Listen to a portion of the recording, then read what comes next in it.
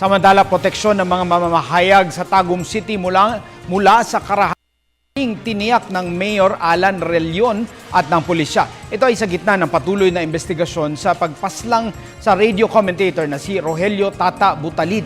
Ang ulat mula kay Joey Dalumpines ng PIA Davao Region. Muling siniguro ni Mayor Alan Relion ang proteksyon ng mga mamamahayag sa lungsod ng Tagum, Davao del Norte upang mapawi ang pangamba ng mga ito habang hindi pa natutukoy ang salarin sa pagpaslang kay radio commentator Rogelio Tata Butalid. Nakipag-usap si Relion sa mga mamamahayag ng radyo, prensa at telebisyon kasama ang mga kinatawan ng pulisya sa Davao del Norte at Police Regional Office 11 at ng militar upang bigyang linaw ang ugnayan sa pagitan ng media at ng mga otoridad. Anya, kailangan lamang palakasin ang ugnayan sa pagitan ng pulisya at ng mga mamahayag upang mabigyan ng kaukulang seguridad yaong mga nakakatanggap ng pagbabanta. Sinabi ni Relion, higit na kailangang mahalagang mapangalagaan ang seguridad ng mga mamahayag.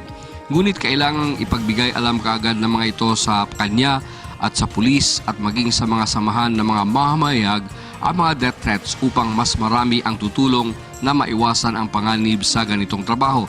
The profession itself, okay man. Sometimes lang na yung mga maybe isa o pipila nga mumuro, no, in a way siguro kulang sa kaibalo o unsa pa. So on the part of the media group, ipadayon ang inyong kanabang just like sa mua pod na po'y ginatawag na mo continuing education on professionalism in the exercise of unsay mandate na sa mua. So I always go for that diliingon nga ato anang ilimit, no, ilimit. Nindot po na nga nain-ana ang dynamics, no. 30 mga bagong pulis ang nadagdag sa hanay ng Tagum City Police Office sa pagpasok ng taong 2014. Lumabas sa dialogue ang mitiin ng ilang mga mamahayag na magkaroon at payagang magdala ng armas bilang proteksyon sa kanilang buhay. Sinabi ni Senior Superintendent Fillmore Escobal, hepe ng Community Relations Office ng Regional Police Office 11, na makapagmay-ari at makapagdala ng baril ang sinuman kung may lisensya at kaukulang permisong dalhin ito sa labas ng tahanan mula sa Firearms and Explosive Division ng PNP sa Camp Crame. Anya, kailangang sundin ng sinuman ang mga kaukulang requirements upang makakuha ng lisensya at permiso na makapagdala ng baril.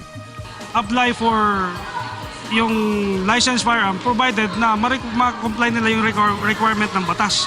So, ibig sabihin, wala naman sinasabi na binabawal natin yung media na mag-armas. Hindi naman binabawal yun, provided na meron tayong rules sa application for gun license. Sa kanyang panig, sinabi ni Domsy Ramos, isa sa mga periodista sa Davao del Norte, na tanging tamang pagganap sa tungkulin bilang mamamahayag ang tamang proteksyon sa anumang pagbabanta. Anya, mahalagang gampanan ng bawat mamamahayag na tanging makatotohanang mga pangyayari at issue lamang ang talakayin sa kanilang pagsusulat o broadcast at siguraduhin hindi ito kikiling kanino man upang maiwasan ang makaagrabyado. Sa tingin ko, solusyon para maiwasan yung karahasan na nangyayari laban sa press people is unang-una siguro I am certain that kailangan yung professionalism, kailangan paigtingin yung kaalaman, yung lalim ng pagiging responsible, yung idea ng responsible journalism.